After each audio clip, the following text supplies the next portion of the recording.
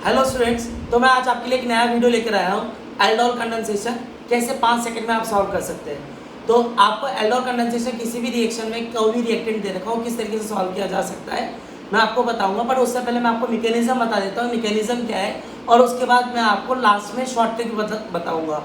तो आप वीडियो के एंड तक बने रहिएगा और आप शॉर्ट ट्रिक भी पता करिएगा कि शॉर्ट ट्रिक क्या है। तो सबसे पहले हम मैकेनिज्म को जानते हैं, तो वीडियो शुरू करते हैं। तो अगर देखिए, जैसे मान लीजिए आपको कोई कार्बोनिक कंपाउंड दे रखा है, बेसिकली कोई एल्डिहाइड कीटोन शो करते हैं। अगर मान लीजिए मैं हाइड्रोकार्बन बात करता हूँ, एल्केन या एल्कीन की बात करता हूँ, बेसिकली एल्केन की बात करें तो उनकी pKa की वैल्यू होती है, वो होती है 40 से 50 के बीच में।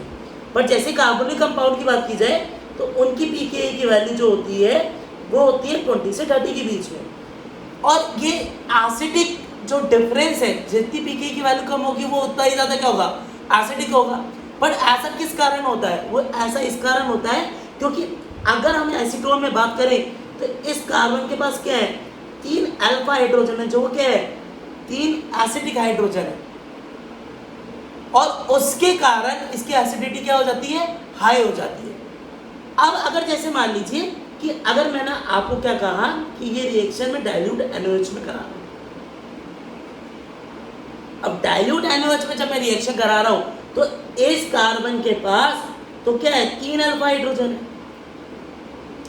पर बेसिकली जो एल्डो कंडेंसेशन है वो एसिडिक मीडियम और बेसिक मीडियम दोनों में होता है। बट मैंने अभी आपके लिए डाइल्यूट NaOH ले रखा है, इसमें डाइल्यूट KOH भी ले सकते हैं या कुछ भी और डाइल्यूट कंडीशन में हम कुछ भी ले सकते हैं बेस में, ठीक है। अब क्या होता है, ये जो OH माइनस आयन से जो हमें NaOH से मिलेगा वो क्या करेगा, इस एसिडिक H पर अटैक करेगा, और इस एसिडिक H पर अटैक करेगा तो यहाँ से इस H को ले जाएगा और इस कार्बन पे क्या आएगा, नेगेटिव चार्ज आएगा। और ये कार्बन पे जो नेगेटिव चार्ज आएगा वो रेजोनेंस स्टेबलाइज होगा। स्टूडेंट्स आप देख सकते हैं कि ये जो नेगेटिव चार्ज है वो क्या है, रेजोनेंस स्टेबलाइज है।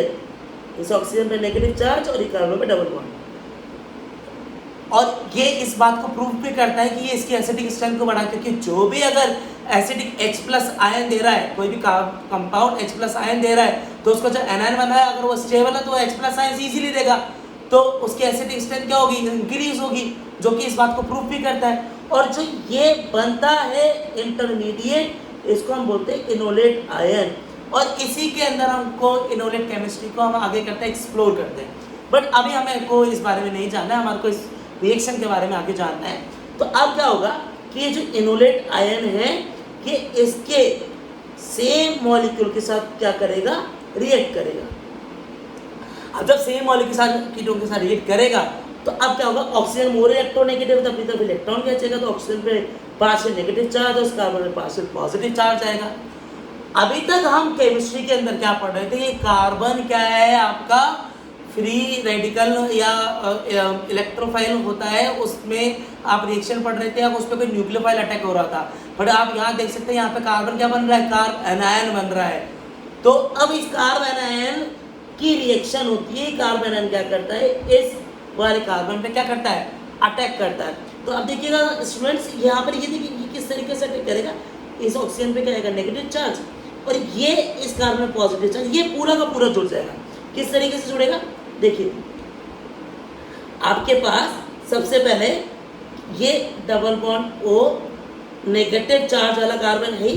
अब ये यहाँ पर ये वाला जो इसके आके जुड़ेगा तो ये कैसे जुड़ेगा, ये ऑक्सीजन नेगेटिव चार्ज और ये इस तरीके से जुड़ जाएगा। अब इस तरीके से ये जुड़ने के बाद अब इसकी रिएक्शन वापस किससे होगी, वाटर मॉलिक्यूल्स के साथ। तो वाटर मॉलिक्यूल्स के साथ होगी, देखिए HOH के फॉर्म में क्या करेगा, रिएक्ट करेगा।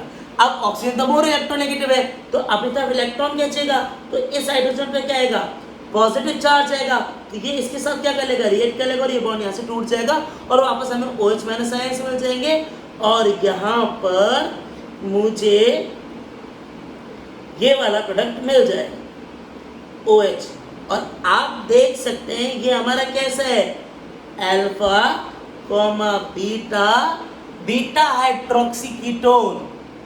तो बीटा हाइड्रोक्सी कीटोन मिलता है, इसलिए हम इसको एल्डोल कंडेंसेशन में आपको बताया भी होगा, प्रोडक्ट में हमें बीटा हाइड्रोक्सी कीटोन मिलता है। और इस प्रोडक्ट को, ये एल्डोल कंडेंसेशन प्रोडक्ट नहीं है, ये आपका क्या प्रोडक्ट है, एल्डोल एडिशन प्रोडक्ट। कौन सा प्रोडक्ट है ये आपका, एल्डोल एडिशन प्रोडक्ट। अगर इसी कंपाउंड को हम वापस हीट करेंगे तो क्या होगा, यहाँ से OH निकल जाएगा। ये कौन सी मैकेनिज्म फॉलो करता है, E1CB। ये हमारे जानने की जरूरत नहीं किस तरीके से हुआ, E1CB मैकेनिज्म को फॉलो करता है और यहाँ पर हमारे को यहाँ पे डबल बॉन्ड मिल जाता है और इस तरीके से ये हमारे को प्रोडक्ट मिल जाता है। और आप देख सकते हैं ये कौन सा है, अल्फा कॉमा बीटा एडिशन।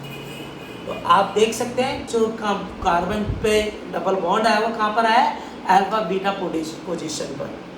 तो इस तरीके से आपको फाइनल प्रोडक्ट मिलता है। तो जैसे मैंने आपको प्रॉमिस किया था वीडियो के स्टार्टिंग में कि आपको मैं एक शॉर्ट ट्रिक भी बताऊंगा कि किस तरीके से हम वीडियो में मतलब इस रिएक्शन को सॉल्व कर सकते हैं अगर हमारे को मैकेनिज्म नहीं पूछी और डायरेक्ट प्रोडक्ट पूछा है तो अगर मान लीजिए मैं आपको ये दे रखा है और यही आपको डाइल्यूट NaOH से रिएक्शन करनी है, हम क्या करेंगे स्टूडेंट, देखिए सबसे पहले आप ये बनाया आपने, ठीक है, आप AC के ऊपर एक और बना लीजिए बट आप उसके अल्फा पोजीशन पे बनाइए, समझ गए। इस एल्डिहाइड या कीटोन का ऑक्सीजन और दूसरे वाले जो आपका दूसरा मोल का जो आपका कंपाउंड है उसका अल्फा हाइड्रोजन, ये आपस में रिएक्ट करेंगे, इनको हटा दीजिए और इन दोनों के बीच में क्या करें, डबल बॉन्ड एस्टैब्लिश कर लीजिए। तो ये प्रोडक्ट कैसा बनेगा आपका,